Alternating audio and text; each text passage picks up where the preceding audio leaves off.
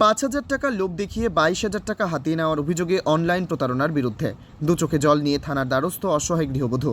ভারত সরকার প্রতিনিয়ত বিভিন্ন প্রযুক্তির মধ্য দিয়ে সাইবার ক্রাইমের হাত থেকে ভারতের জনগণকে সচেতন করার লক্ষ্যে প্রতিনিয়ত প্রচেষ্টা চালিয়ে যাচ্ছেন, কিন্তু একাংশ জনগণ সে সমস্ত প্রচেষ্টার ফলেও লোভে পড়ে সাইবার ক্রাইমের প্রতারণার শিকার হচ্ছেন। এবার সাইবার ক্রাইমের অনলাইন প্রতারণার শিকার ত্রিপুরা সিপাহীজলা জেলা দক্ষিণ চরিলাম কৃষ্ণসংঘ এলাকার গৃহবধূ মহামায়া আচার্য। রাতে দক্ষিণ চরিলাম কৃষ্ণসংঘ এলাকার রাজু আচার্যের স্ত্রী মহামায়া আচার্যকে ফোন করে সাইবার ক্রাইম প্রতারক চক্ররা ফোন করে বলে ওনার গুগল পেতে ৫,০০০ টাকা লটারি লেগেছে, সেই টাকা ওনাকে পেতে হলে কিছু শর্ত মানতে হবে। ৫,০০০ টাকার লোভে সাইবার ক্রাইম প্রতারক চক্রের টিম যেভাবে গৃহবধূ মহামায়া আচার্যকে বলেছেন ঠিক সেভাবেই তিনি ওটিপি পর্যন্ত দিয়ে দেন সাইবার ক্রাইম প্রতারক চক্রকে। সঙ্গে সঙ্গে ওনার ব্যাংক অ্যাকাউন্ট নাম্বার থেকে ২২,০০০ টাকা হাতিয়ে নেয় সাইবার ক্রাইমের প্রতারক চক্রের টিম।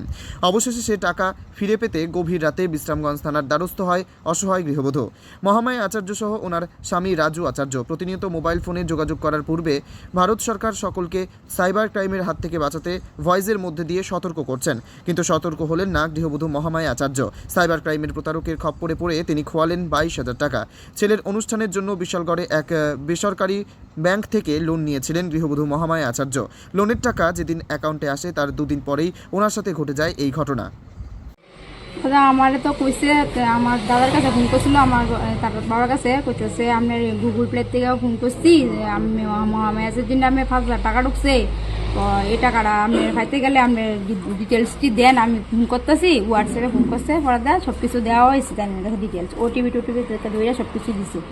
তো তাই নাকি তো আছে আজকে এইটা সব কিছু হইতেছে হইতেছে, মোবাইলটা ধরেন না, মোবাইলটা আপনি রাখা দিয়েন, আপনার কালকে ৭টার দিকে ফোন করুন। তো আজকে ৭টার দিকে ফোন করছে, পর দেয়া সব কিছু ডিটেলস সব কিছু নিয়েছি, অনেক টাকা দেখা যাচ্ছে জিরো ব্যালেন্স। আমি লোন লইছি ৬০,০০০ টাকা।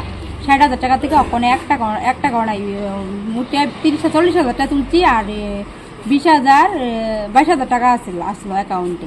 টাকা লয়ে গেছে তুললা কে নিচ্ছে স্যার, আমরা কোথায় না কইতেছে আমরা গুজরাট গুগল প্লে থেকে কইতেছি, গুজরাট থেকে।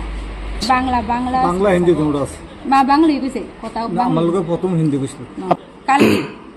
কালকে ফোন করছে, কালকে ফোন করছে সন্ধ্যার দিকে ফোন করছে, আর আজকে ৭টার দিকে টাকা কাটছে স্যার। হ্যাঁ কইতেছে ডাউনলোড করতাম, এবার একটা আছে হাম্বল, এইটার ভিতরে কইছে করতাম, তারপরে দেখছে গুগল প্লে থেকে তো ফ্লিপকার্টে দিতাম, সব কিছু কইছে। তাই কিন্তু অ্যাকাউন্টে সব কিছু লিয়ে টাকাটা লিয়ে ওটিপি একটা আইছে, মেসেজ আইছে, ওটিপি নাম্বার কইতাম, সব কিছু করছে আমার বাচ্চারা। আমি তো কইতে পারি না সব কিছু, মোবাইল সম্বন্ধে জানিও না, আমার বাচ্চারা সব কিছু করেছে।